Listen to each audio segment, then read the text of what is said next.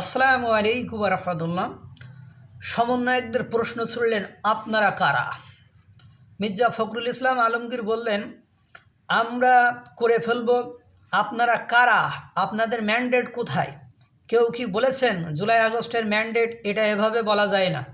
উত্তেজনার বশবর্তী হয়ে যারা সংবিধান মানি না, এটা করে ফেলবো, ওটা করে নামিয়ে ফেলবো বলেছেন, দিন শেষে আপনারা কিন্তু সর্বত্রই ব্যর্থ হচ্ছেন। যেমন বঙ্গবন্ধুর ছবি নামিয়ে ফেললেন বঙ্গভবন থেকে, বিচারালয় থেকে, সেই বিচারালয় কিন্তু আবার সকল প্রতিষ্ঠানে শেখ মুজিবের ছবি টানানোর কথা বলেছেন। তাহলে কি থুতামুখ ভোতা হলো না? আপনারা ভালো ইংরেজি পারেন তাই বলেছিলেন চুপ্পু মাস্ট গো।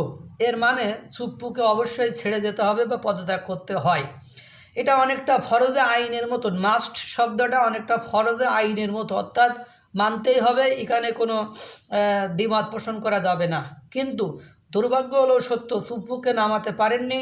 এরপরে উপদেশটাকে নিয়ে ব্যর্থ হলেন। এরপরে আওয়ামী ও জাতীয় পার্টির নিষিদ্ধ করতে ব্যর্থ হলেন, আরও কত কি। এরপরে আপনাদের বৈষম্য বিরোধী ছাত্র আন্দোলনের এখন একাধিক প্ল্যাটফর্ম তৈরি হয়েছে, ইত্যাদি ইত্যাদি। তা রাজনীতি এবং রাষ্ট্রনীতি এবং রাজনীতি এত সহজসাধ্য বিষয় নয়। যারা জনগণের ম্যান্ডেট ছাড়া কিছু করবেন তারা পরবর্তীতে ঝামেলায় পড়বেন। বুঝবেন, নতুন বিয়ে করলে যেমন সব কিছুই ভালো লাগে, কিছুদিন পরে 6 মাস গেলে তখন বোঝা যায় যে আমার কোন কে কতটুকু ভালো।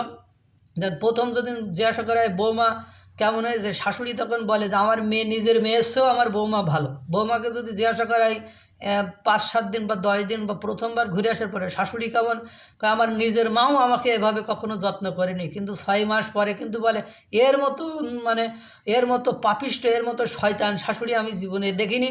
আর বৌমা বলে এর মতন শয়তান বৌমা আমার এলাকায় আর কেউ নেই, ইত্যাদি ইত্যাদি। তো 6 মাস যাক, তারপরে বুঝবেন যে ঠেলা কোথায়। যেমন জাতীয় ঐক্য করতেছেও ব্যর্থ হলেন। 60% রাজনৈতিক দলকে বাদ দিয়ে জাতীয় ঐক্য কেমনে হয়?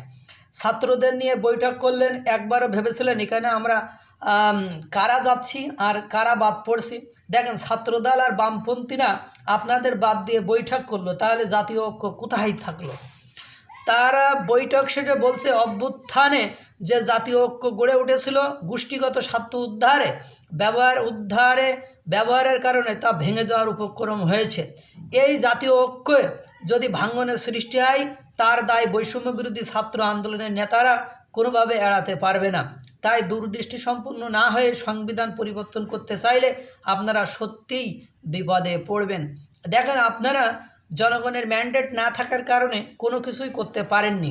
বড় বড় যে দাগগুলো, সেই দাগগুলো, যেমন সংবিধান সংশোধন আপনি জনগণের ম্যান্ডেট ছাড়া করতে পারবেন না।